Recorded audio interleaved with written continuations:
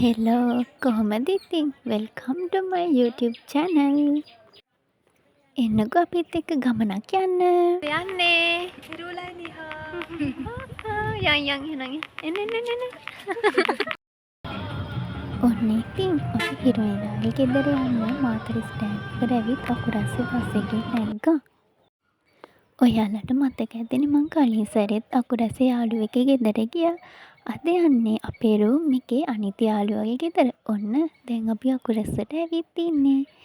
අනිත් යාළුවෝ ටික නම් වීල් එකේ ගියේ. මම යාළුවා එක්ක බයික් එකේ යන්නේ.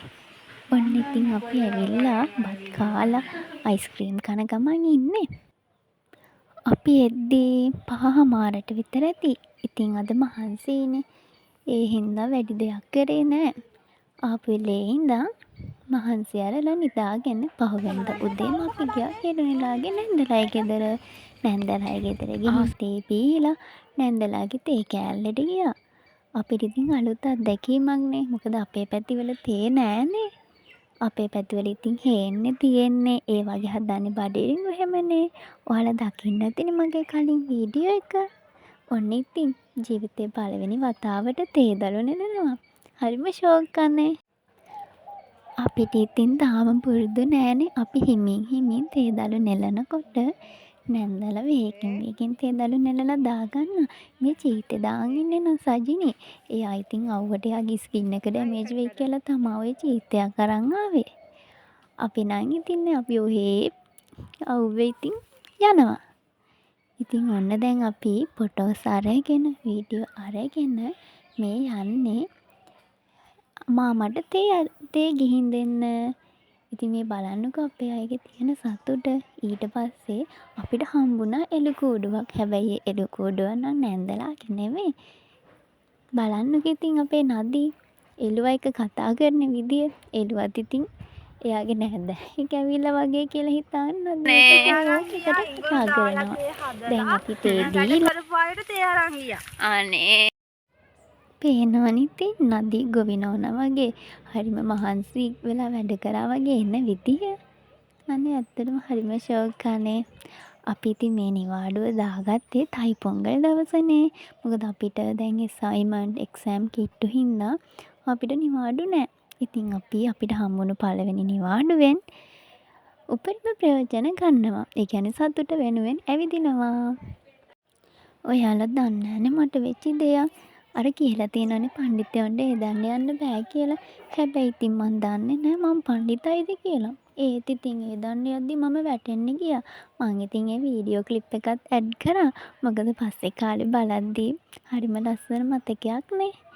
අපි ඉතින් මේ දොලේ දිගටම ගියා. හරිම ලස්සනයි අනේ. හරිම සීතලයි මේ දොලේ වතුර. බලන්නකෝ ඉතින් අපි එක එක්කෙනා අත දීලා මේ ගල් වලින් පැන යද්දි හරිම ෂෝක්.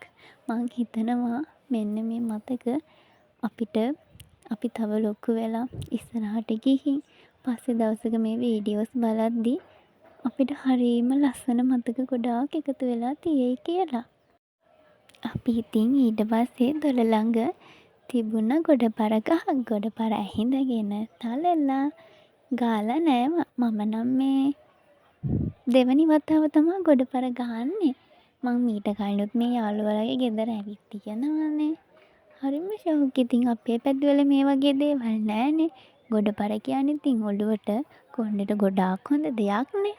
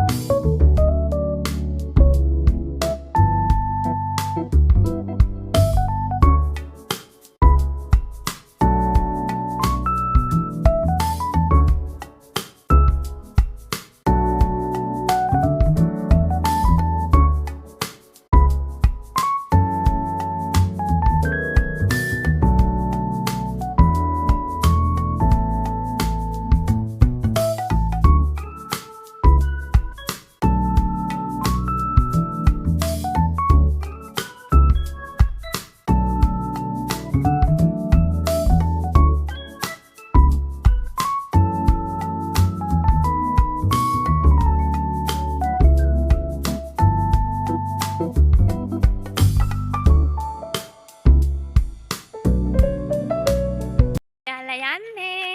අපි යනවා. ගුලනේ. එහෙනම් යා. ඔයාලත් එන්නකෝ ඉතින් අපි එක ගුලනේ ආරණ්‍යට යන්න. මෙයාලා නම් කියන්නේ ගුලනේ පන්සල් යනවා කියලා. පන්සල් නෙවෙයි යන්නේ. ඒක ආරණ්‍යයක්. මෙහෙ තියෙන උස කන්දක තමයි මේ ආරණ්‍යය තියෙන්නේ.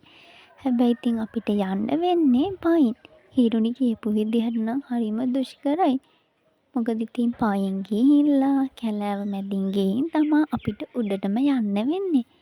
එන්නකෝ අපි එක ගුලනේ ආරණ්‍ය බලන්න යන්න.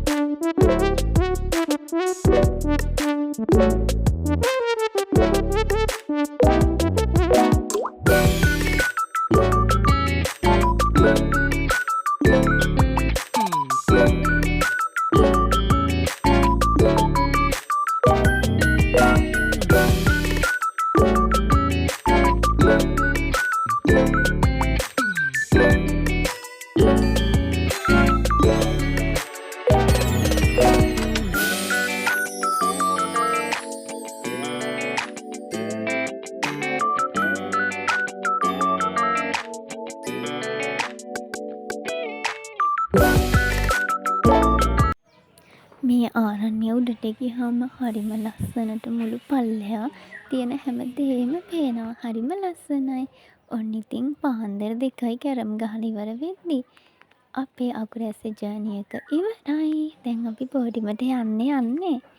ඉතින් කොහොම බලන්නකෝ. අපේ ජර්නි එක දවස් 2ක් වුණාට අපි ගොඩාක් සතුටු වුණා, විනෝද වුණා. අපේ ගමන නම් හරිම ෂෝක්. එහෙනම් ගිහින් එන්නම්. බයි බයි. මගේ වීඩියෝ එක හොඳයි නම් බලලා ලයික් කරලා සබ්ස්ක්‍රයිබ් කරලා යාළුවන්ටත් බලන්න ෂෙයා කරන්න. මම අහන් හිටියටයි බලන් හිටියටයි ඔයාලා හැමෝටම ගොඩාක් thank you. Bye bye.